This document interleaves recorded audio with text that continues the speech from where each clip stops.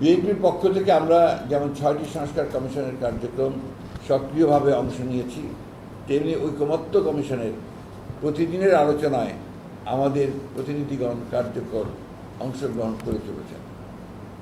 বিভিন্ন বিষয়ে ঐকমত্যে পৌঁছার জন্য আমাদের প্রতিনিধিগণ সভায় অংশগ্রহণকারী অন্যান্য রাজনৈতিক দলের মধ্যে ঐকমত্য প্রতিষ্ঠা করা এবং অনেক বিষয়ে ছাড় দিয়ে হলেও একমত হয়ে কমিশনের ঐকমত্য প্রতিষ্ঠার প্রয়াসকে সহযোগিতা করেছেন। কিন্তু দীর্ঘ আলোচনার পর সংস্কার কমিশনগুলো যেসব প্রস্তাব পেশ করেছেন তার বিপরীত কিংবা নতুন নতুন প্রস্তাব উত্থাপন ও তা নিয়ে অনেক সময় অচলাবস্থা সৃষ্টির কারণে কার্যক্রম বিলম্বিত হচ্ছে। ঐকমত্য প্রতিষ্ঠার আগ্রহী বলেই আমাদের প্রতিনিধিগণ ধৈর্য ধরে আলোচনা শুনছেন এবং তথ্য প্রমাণ যুক্তি দিয়ে সঠিক সিদ্ধান্ত গ্রহণে কমিশনকে সহযোগিতা করছেন।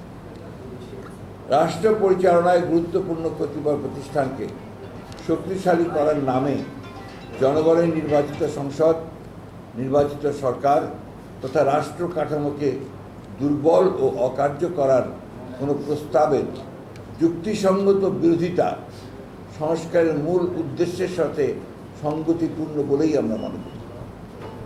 জনগণের দ্বারা নির্বাচিত, জনগণের কাছে দায়বদ্ধ এবং জনগণকে জবাবদিহিতা করতে বাধ্য কোনো সরকারকে গণতান্ত্রিক রাষ্ট্র ব্যবস্থায় দুর্বল ও অকার্যকর করা অবশ্যই সংস্কারের মূল আকাঙ্ক্ষার সাথে সাংঘর্ষিক।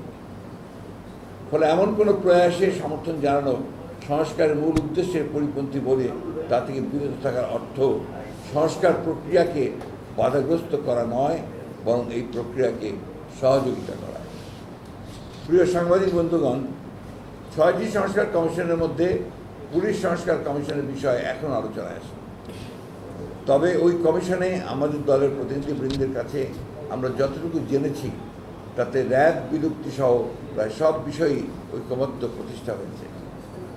দুদক সংস্কার কমিশনের কতিপয় ছাড় দিয়ে 47টি সুপারিশের 46টিতে আমরা সম্মতি জানিয়েছি। আমরা কিন্তু স্পেসিফিক কথাগুলো বলছি আজকে আপনার সামনে। শুধু 29 নম্বর সুপারিশে আইনের মাধ্যমে করার পরিবর্তে আমরা আদালতের অনুমতি নেওয়ার বিদ্যমান বিধান অব্যাহত রাখার কথা বলেছি।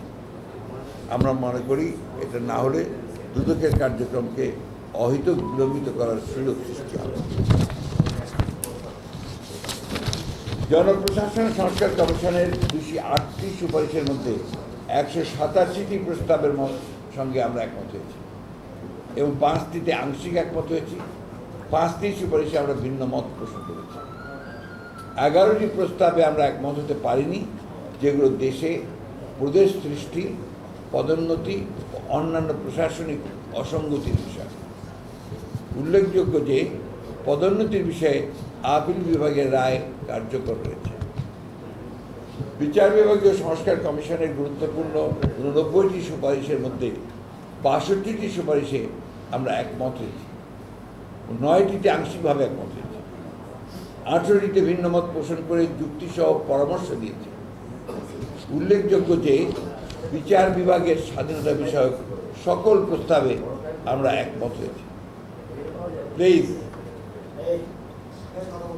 তবে এর কিছু বিষয়ে নির্বাচিত সংসদে আইন প্রণয়ন কিংবা ইতিমধ্যে কোনো অধ্যাদেশ হলে তা সংসদে র্যাটিফাই ও সাংবিধানিক সংশোধনীর প্রয়োজন হবে।